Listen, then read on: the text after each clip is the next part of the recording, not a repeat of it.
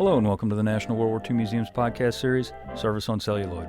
This podcast is brought to you through the generous support of the Albert and Ethel Hertzstein Charitable Foundation.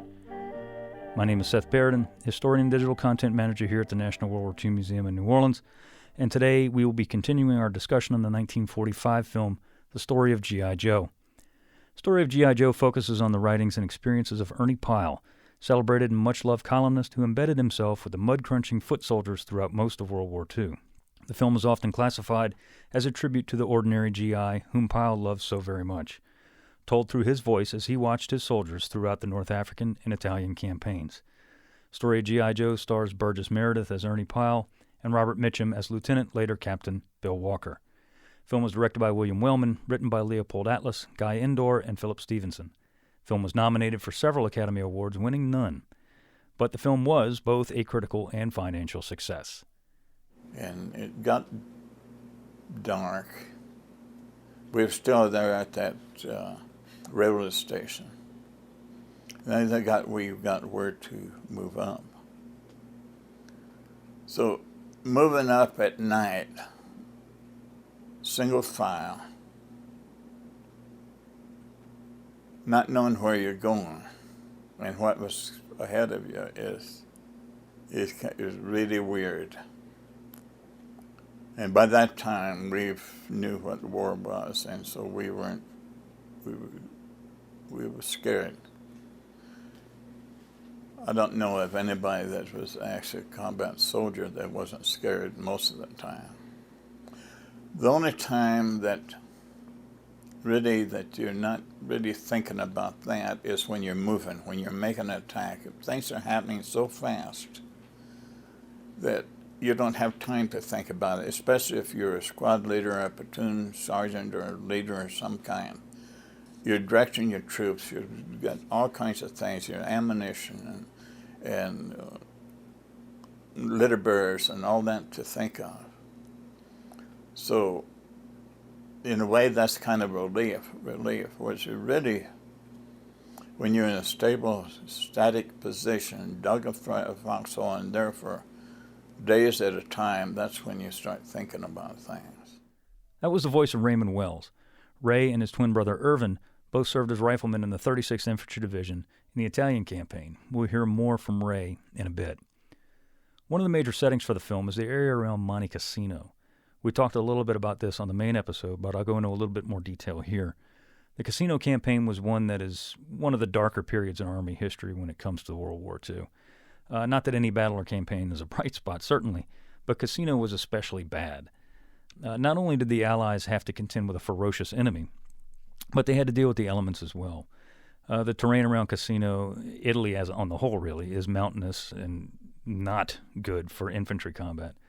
It has steep hills, mountains, and deep valleys, which add to the infantrymen's problems.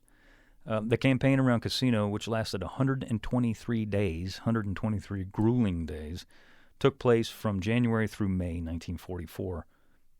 The winter in Italy is wet, very wet.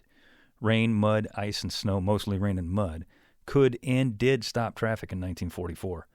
The fight for Monte Cassino was left in all reality to the infantry, who always seemed to be the ones doing the majority of the fighting anyway. As an infantry battle, Cassino was one of the worst.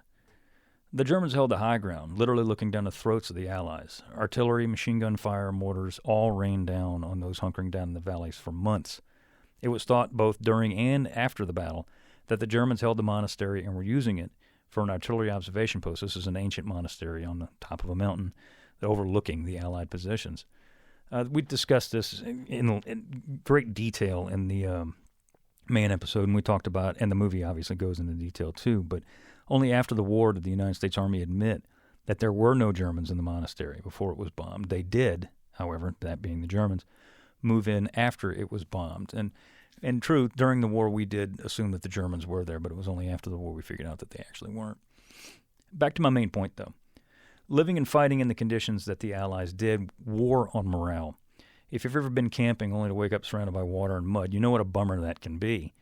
And now imagine living in those conditions, being cold, wet, hungry, scared, and exhausted for weeks on end. It was an absolute nightmare. A nightmare that, until then, had not been experienced in that detail by American troops in the European theater. and frankly wouldn't until the Battle of the Bulge. Several Allied units were chewed up in the Cassino area. Americans, British, Indians, Poles, French Moroccans, literally the entire Allied effort, well, the vast majority of them anyway. Many American units were involved, heavily involved.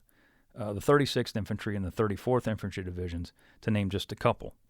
Both units, by the way, were covered at some point by Ernie Pyle.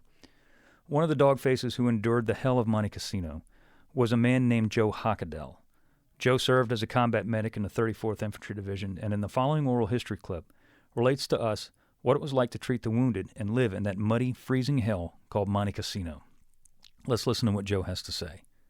And we did take the infantry, took over the barracks there on Route 6, cleared the Germans out of that, and then they started down to Cassino. But in the meantime, the monastery was up on a hill, and the Germans were there, and we were all under observation.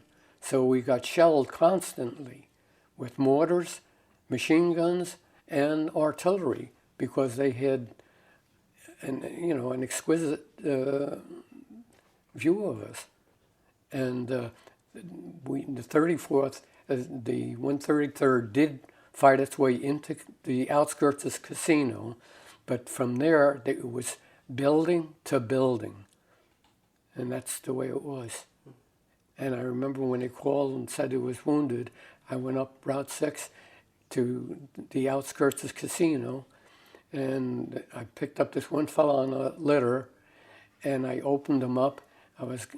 We had sulfur powder, and I put some sulfur powder on him, and his whole intestines was laying on his stomach.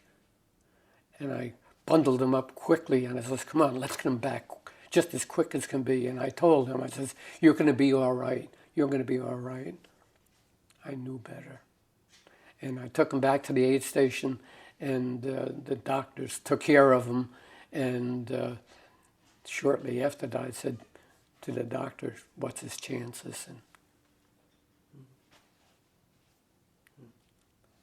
And after that, we were there. I did see him bomb the monastery. We were right at the foothills, and we seen all our bombers come over, and it was tremendous. It was just huge. They flattened the whole thing. It was very brutal. It was ice, snow, and rain constantly. And these fellas that were, well, when I was in the foxhole, we almost froze to death. But then I was fortunate because I was in the aid station. But these fellows were still out in the elements. And it was just unbelievable. We couldn't move in the daytime because they could see us. So all our evacuations and all, when they advanced, it was always at night. They'd send out patrols and stuff like that. So it was just unbelievable, what these fellas had to go through, because the Germans were in the houses. As a matter of fact, there's one house, the Americans were downstairs and the Germans were upstairs. That's how close combat it was. And there were times when the fellows had to get out their bayonets and charge. And it's just, it was a nightmare. These fellows would come back telling us that they couldn't take it anymore. And God only knows how they ever survived what they did. It was just the weather being so bad, and then, of course, conditions being what they were. The Germans were all fortified. They had the excellent positions, and they had observations so that they could call the artillery in, and that was brutal because the Germans had the best 88s, and their tanks were superior to ours, and the same thing with their artillery. Boy, they could just zero it right in. When they called in and hit our aid station, they had right knocked the roof off. That's just how accurate they were. And that was we got there in January, and that was in February that they relieved us. And in 3 weeks' time, the 34th lost half of their division. We were going night and day. It was just traumatic, I'll tell you. I get shivers. I still have nightmares over it. As I said earlier, the entire area around Monte Cassino was a bloodbath, a horrible place to fight. And while Cassino gets the lion's share of the attention, and frankly it should, another hotly contested area of the Italian front was a little place called San Pietro. As the crow flies, San Pietro is only about 14 miles from Monte Cassino, but to an infantryman in 1944 in the mud and blood of Italy, it may as well have been 1,400 miles. San Pietro would become another meat grinder, death trap for the American GIs, this time the 36th Infantry Division. In comparison to Monte Cassino's 123-day marathon, San Pietro was significantly shorter, only lasting 9 days. But in those 9 days, over 1,300 Americans were killed or wounded. 1,300 in 9 days. One of the men attempting to take the small town of San Pietro was Raymond Wells, whom you heard in the intro. Ray Wells was from El Paso, Texas, and had served with the 36th ever since it was formed. By San Pietro, Ray was a grizzled combat veteran, and although he didn't realize it, a natural leader. Let's hear what Ray has to say about the fighting at San Pietro. My squad was picked to be one of the squads to make a frontal attack. We had moved up to a forward position, dug in, and then at 12 o'clock noon, the barrage came down, and we moved out. And we had to go by this little rock wall and then make a right turn. Just as we made the right turn, I took off across there and there was snipers shooting at me. And the bullets were hitting between my feet, and all of a sudden, I don't know if training or whatever made me fall like I was hit. As soon as I hit the ground, I bounced back up and took off. The rifleman behind me from the rifle company had turned that corner and up against this rock wall, and I could see the bullets hitting him. And he was keep going like that, and the bullets kept hitting him. And so finally he slumped over dead. Then I yelled at my number one gunner to bring the gun over. And I yelled at him, and his name is Ed Beard. We were neighbors in El Paso. He lived across the alley from me. And he came over carrying a machine gun, and they were shooting at him, but didn't get him, and I don't know. So we were together, and I yelled at the others to come over, and just every one of them got shot in my squad. All the rest of them. So it was just Ed and I left. And we got into this ravine, and there was some riflemen in there. And at the head of the ravine was this rifle company commander and his group, and all of a sudden a shell hit right among them. Killed a couple of them, wounded the rifle company commander, and he was yelling for help, and he was not yelling, but moaning, and he was hurt pretty bad. So I got up there and tried to give him first aid. And I got this company commander going in the right direction to get back to the aid station. Then I went back with my number one gunner, that's all that was left. In that ravine, one of the riflemen stood up and he got hit right in the chest. The sniper was waiting for us. That evening, the attack continued. By that time, I was separated from my number one machine gunner, so I was by myself and got a hold of a air-cooled 30 caliber machine gun. There was several places where I could get a good shot at some snipers, and I eliminated, I believe, 3 of them. Could have been more. But things happen so fast you don't stop to think about it or make a record of it or anything like that. And I got up to the town, San Pietro, right on the edge of the town. And I got word that the major one talked to me, so I got to him, and he said he got orders to withdraw. So I volunteered to give covering fire whatever I could, which I stayed while the battalion moved back. And then I started back. Going across this open field, I got shot at again, so I immediately fell. Actually, like I was hit. But as soon as I hit the ground, I started crawling. And crawled to where this little rock wall, it wasn't about a foot high. And I got behind that where I had some kind of cover. And it wasn't long before I had about 20 other people lined up in back of me. We was laid there for a while, and of course we were being shot at every once in a while. Every time somebody moved, the sniper would shoot. I finally told him, I said, I'm going to try to make it. If I make it, one of you, one at a time, come across. So I stood up and immediately took off, and where I made it behind another rock wall that was higher. And one by one, the rest followed me. I didn't know him. All of a sudden, I became a leader, I guess, just because I was in front.